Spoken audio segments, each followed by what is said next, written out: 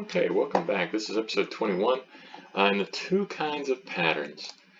So the majority of what we've seen so far would be the patterns like functor. We haven't yet looked at applicative, but it's the next progression. And then we've also looked at monads. So if you're not remembering, functor is anything that's mappable. Monad is anything that's chainable. But you notice how we actually have what we have kind of as more of a matrix here. So we have things like functor, applicative, monad. These are kind of like the interfaces that different types can implement.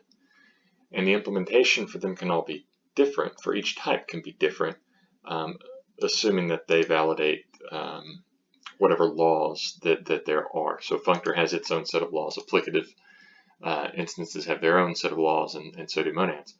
But the first few videos here have talked about the vertical slices. The horizontal slices are equally and or probably more valid, though, as far as patterns. So I want to look into that a little bit, and to keep in mind that it's a different type of a concept when it comes to a pattern. So we've already seen actually all four of these types. I've had videos on all four of them, but in this case, let's look at sort of a simple example.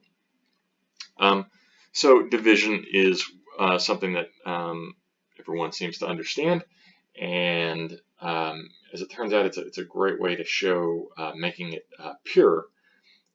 Is to actually return a maybe of a number, and the reason that we would do that is because if we said give me any two numbers and I will return you another number, if the denominator was actually 0, then that would be a problem because we can't divide by 0. And so one of the ways that we can get around that is by returning a maybe here. So we could implement a divide function that dealt with maybe.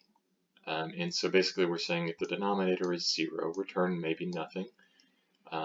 Else do the actual division and wrap that up in a maybe, because we want to make sure that we're returning a maybe. This function always needs to return a maybe of a number. And this works fine. And we could also do the same thing for either if we wanted to. So if you're unfamiliar with either is very similar to maybe. Either typically has a left and a right value. They're both generic. In this case, the error that I have is just a string, but it's either a left or a right, and so we do the same kind of thing. You just see that the benefit here is that on the left case, which is kind of analogous to the nothing case, I can provide additional data.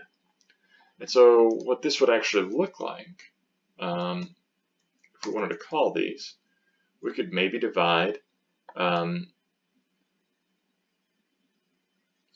0 by 2, which would obviously give us 0, and then we can map over that and increment it. So in this case, we end up returning a maybe of 1, but what if we were to try to divide 2 by 0? Well, we can't divide 2 by 0. That doesn't work. So we return our nothing.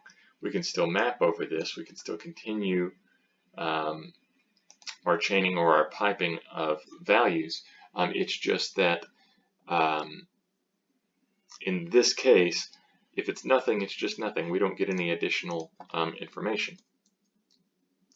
With the either case, if we do that, we can divide 1 into 2.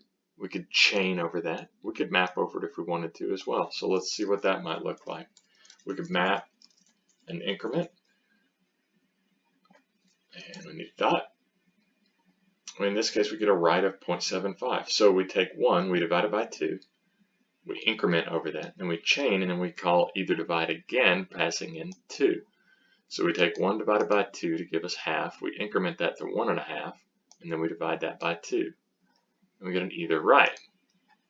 And of course, in this case, what we wanted to do was to chain this. And the reason we wanted to chain this was because either divide takes a number. Either divide, when already supplied with the first number here, will take a number and return either an error or a number. So in other words, it takes a number and puts it up into this either context. And so depending on what you wanted, either can be great for things like validation, and we'll see a lot more of that when we get into ethers with the applicative functors here in just in a couple episodes.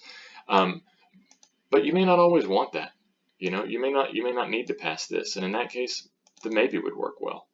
There's several others that we've went over. I/O is great if you need to interact with some sort of external something. So if you want to log something to a console, or you want to read something from a local storage or something like that, that's a really good one to use from that standpoint. And then future is really good if you have some sort of async operation that may succeed or may fail. Future kind of is a type that will deal with all of those sort of things. But the underlying thing being that we've already seen that all of these are instances of functor and are also instances of monad. So that means that any code that you write, you can end up using these same kind of guidelines for being able to map, being able to chain over values that you have in here. So you're not really concerned, once the value is in one of these contexts, you're not concerned with how to get data out of it, because they all can map, they can all chain, and we'll see applicative here in a couple episodes probably. But dealing with the values contained within them, these things are valid. But depending on what use case you have for what context the data should be in, that's going to be your horizontal slices here. So that's a very beginning intro into kind of getting you to think about two different kinds of patterns. So we can still map, we can still chain, and we have that sort of a pattern. But the use case for when you would want to use a maybe versus when you would want to use an either, those use cases are different. Maybe not as different as when you should use an either versus an I/O or a future versus a maybe, but those use cases are different. So we're going to start looking into a few more of these on these horizontal slices and see if we can figure out some intuition for when we would want to use an either versus an I/O versus a future or a maybe. So anyway, stay tuned for that. Hope you enjoyed it. Episode 21, Two Kinds of Patterns. Thanks.